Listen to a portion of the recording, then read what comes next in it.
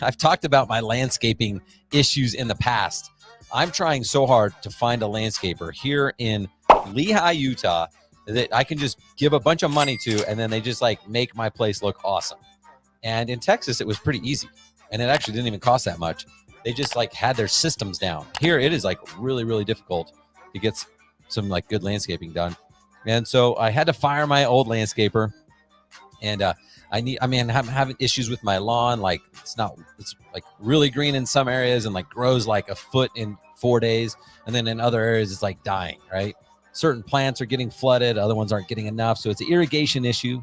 It's a plant selection issue. There's a few different things going on. I tried contacting several landscapers. They had good reviews and no one contacted me back. It's like, maybe I'm that client, right? Not my client. But I finally get a hold of a guy. This was a few weeks ago, and he answers his phone, super professional. He's like, yeah, I can come meet with you in a couple days. He comes and meets with me. Guy's a total stud. I'm like, dude, how did I not find this guy years ago? And just, good at communication and stuff like that. Showed up on time. And so we agreed to do the work. And the work was done last week while I was at the GIE, and the guy was still cool. He's like, hey, we're going to, tell me when he's going to be there. And then he's like, hey, I'm going to be there in an hour. Can I FaceTime you? I'm like, dude, this is dope. Like finally somebody gets it. And so he does the job, right? And he sent me pictures after and all sorts of stuff. I'm like, dude, this is somebody finally won. He won, I'm like super excited. But then I get home and I find the errors, right? And I've talked about this before on different webinars and trainings and stuff like that you've got to be on your A game for everything. Like you could have the greatest install, but if you leave some wire clippings by the front door or leave your drill or leave some tools out, like it can completely destroy the experience. And basically that's what happened, guys. I got there. And by the way, when we were meeting and I was giving him the walk around of like things that I didn't like about the old landscaper and things I didn't like about my yard, one of the things I was telling him, like, see these weeds? Like, I don't mind it. If I got time, I'll spray the weeds and I'll pull them and stuff like that. But I've been busy. And so now all of a sudden I got these weeds, right? And I'm like, I can pull them, but I would much rather just pay you guys to like, do the cleanups, I want you guys to make this your yard. If this tree is growing another sprout out, like chop it off. If weeds are growing, like just have your guys get them, right? Well, we get back and the pictures that he showed me were dead on, right? I mean, the plants looked good and everything else, but seriously, I have a weed that's like as big as a bush. Like it's like covering one of the plants because it's so big. And it's like, oh man, like why didn't you just pull the weeds, man?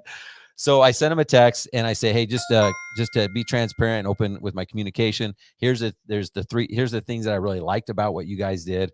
I gave him some compliments. Here's the positives. Here's the negatives. And I thought this would have gone better than it did. So I tell him, I wish you would have done the weeds. And he got real defensive. And this was via text. I didn't want to call him because I thought I'd call him on Monday or whatever. This was Saturday. And he got real defensive. And I was like, what are you doing, man? Why are you getting defensive? You were such a cool dude. And so he says, actually, we did exactly what we were supposed to, exactly what you approved on the estimate. And I was like, damn, that's where he's going with this. Okay. Like, yes, you did. You did exactly. Wait, actually, you didn't. Because on the estimate and what I paid for was 5-gallon shrubs. And there was 6 5-gallon shrubs. And he only got 1-gallon shrubs because that's all they had at the nursery. Well, that's fine. I didn't care. But now that we're getting ticky-tack, it's like, actually, you didn't do everything like you were supposed to on the estimate, right? And so and then he's like, if you wanted weeds, then we could have done it. We would have had to charge. I'm like, yeah, remember I told you, I don't care. I just want this place looking top notch, right? So I share this experience with you just as an example, guys. I want you to know that, like in this situation, even though he didn't pull the weeds, even though I was disappointed when I gave him the feedback, all he had to do was say, man, I'm gonna take care of you. We'll swing by early in the week and get those for you, right? And honestly, I would even pay for them, but it would be a good gesture to just come grab the weeds, right? There's not that many, just the ones that are there, like big and nasty, right? And so my lighting tip of the week is do one extra thing. Every single job, every single time you're at a client's property, do one extra thing. Leave the place looking better than when you arrived. And what I told him was, I'm surprised that you'd come in and like take ownership of this, and you guys knocked it out. Like everything else looks really good, but then you just didn't like, they didn't clean up very good. They had like dirt clods on the lawn and on the walkways and stuff like that. It's like, man, all you had to do is clean up, you know? And cleanup isn't even really one extra thing. Like that should be part of your process. But I definitely think that you should find one extra thing. In this case, in his mind, it would have been weeds. It would have been like, hey guys, while you're here, before you guys are done, clean up and just grab all those big weeds. Cause like as a landscaper, I'd have so much pride in my work. I wouldn't dare leave a property if it had these giant weeds because it detracts from my work, right? So if you're there doing lighting, it doesn't mean that you can't pull a weed, right? Because they're going to see the lighting, but then they're going to be like, I didn't see that weed before, because now your light is lighting a weed, right? So do one extra thing, guys. It could be if their garbage cans are out, bring them in from the street.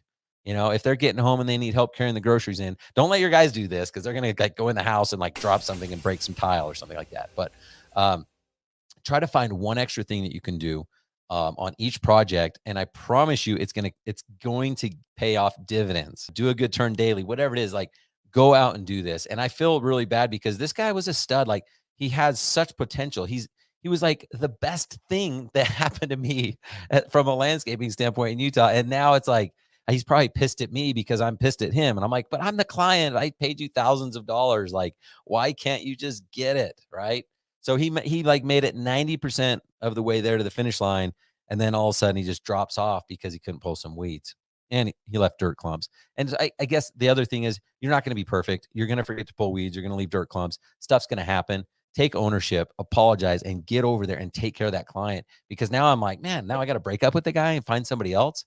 And I'd rather just like have a good relationship. I was trying to communicate, and he just was not. He was not dealing with that. Maybe he's having a bad day, but he was getting defensive. So I share that with you. Do one extra thing, guys, and let me know what that is. You know, every day, go out and do something, and I promise you, it's going to pay off big dividends.